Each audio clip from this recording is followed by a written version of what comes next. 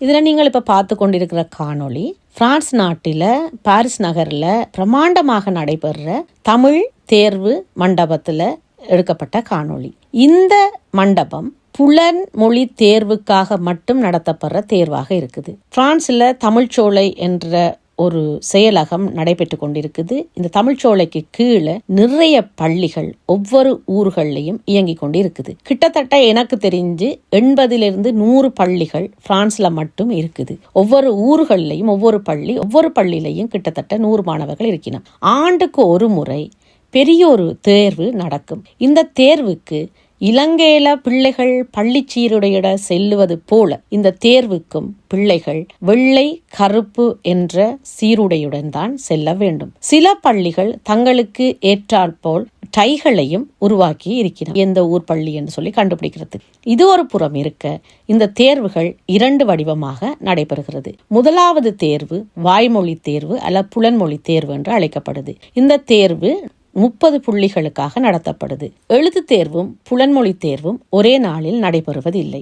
மே மாதம் புலன்மொழி தேர்வு நடைபெற்றால் ஜூன் மாதம் எழுத்து பரீட்சை நடைபெறுகிறது. இந்த புலன்மொழி தேர்வு என்று சொல்லும் 30 புள்ளிக்கான தேர்வு எப்படி என்று சொன்னால் 10 புள்ளி வாசித்தலுக்கு, 10 புள்ளி கேட்டு பதில் கூறுவதற்கு, 10 புள்ளி பேசுதல் அல்லது மனனம் செய்து ஒப்புவிப்பதற்குமாக நடைபெறுகிறது.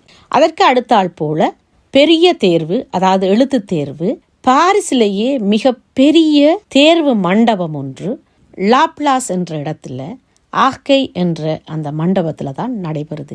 நான் பிரெஞ்சு பள்ளியில பிரெஞ்சு மொழி வழியாக என்னுடைய கல்வியை கற்றுக்கொண்டிருந்த பொழுது இந்த மண்டபத்தில் தான் என்னுடைய பல பரீட்சைகளை பல தேர்வுகளை எழுதினேன். இந்த மண்டபம் தேர்வுக்கு பேர் போன மிக பெரிய மண்டபம். நிறைய மண்டபங்களை கொண்ட ஒரு பெரிய ஒரு கட்டடம் என்று தான் சொல்ல வேண்டும். இங்கு மதியம் முதல் இரவு வரை இந்த தேர்வுகள் நடைபெறுகிறது.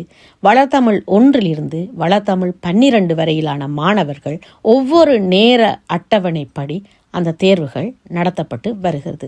இந்த தேர்வை பார்த்தீர்களே ஆனால் ஒரு தேர் திருவிழாவுக்கு போன மாதிரியான ஆரவாரமும், பெற்றோர்கள் தமிழ் மொழி மீது கொண்ட ஆர்வத்தையும், குழந்தைகள் தமிழ் மொழி மீது கொண்ட பற்றையும் பார்த்து மகிழக்கூடியதா இருக்கும்.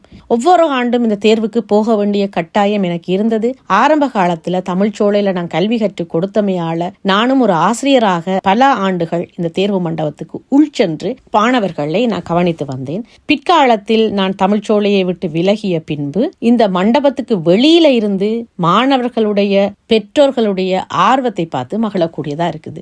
வளர்தமிழ் 1 முதல் 8 வரை உள்ள மாணவர்களை அழைத்து வரும் பெற்றோர்கள் அதிகமானோர் அந்த மண்டப வாயிலேயே நின்று தங்களுடைய குழந்தைகளை மறுபடியும் எடுத்துக்கொண்டு வீடு செல்வார்கள். இதில் முக்கியமான விடயம் என்னவென்று சொன்னால், பாரிஸை அண்டி இருக்கிற மாணவர்கள் மட்டுமல்லாமல் வேறு வேறு மாகாணங்களில் இருந்தும் கூட தேர்வுக்காக வருவார்கள். காலையில வந்து இந்த தேர்வை எழுதிவிட்டு இரவு தங்களுடைய ஊருக்கு செல்லக்கூடியதாகவும், இல்லை என்று சொன்னால் பாரிஸில் தங்களுடைய உறவினர்கள் வீட்டில் தங்கி தேர்வை எழுதிவிட்டு செல்பவர்களாகவும் இருக்கிறார்கள். நீங்களும் பாரிஸ்ல இருந்தால் அல்லது பிரான்ஸ்ல இருந்தால் இந்த தேர்வு நடக்கும் போது சென்று பாருங்கள். தமிழ் மொழி எப்பொழுதும் வீழாது சாகாது என்றதுக்கான ஒரு உயிர்ப்பான செய்தி என்று சொன்னால், ஒரு காட்சி என்று சொன்னால், இதை நாங்கள் உலக புகழ் பெற்ற காட்சியாக சொல்லலாம். சின்ன குழந்தையிலிருந்து ஒரு 6 வயது குழந்தையிலிருந்து 16 20-25 வயது பிள்ளைகள் வரை வளர்ந்தவர்கள், தாமதமாக தமிழ் மொழியை கற்றுக்கொள்பவர்கள்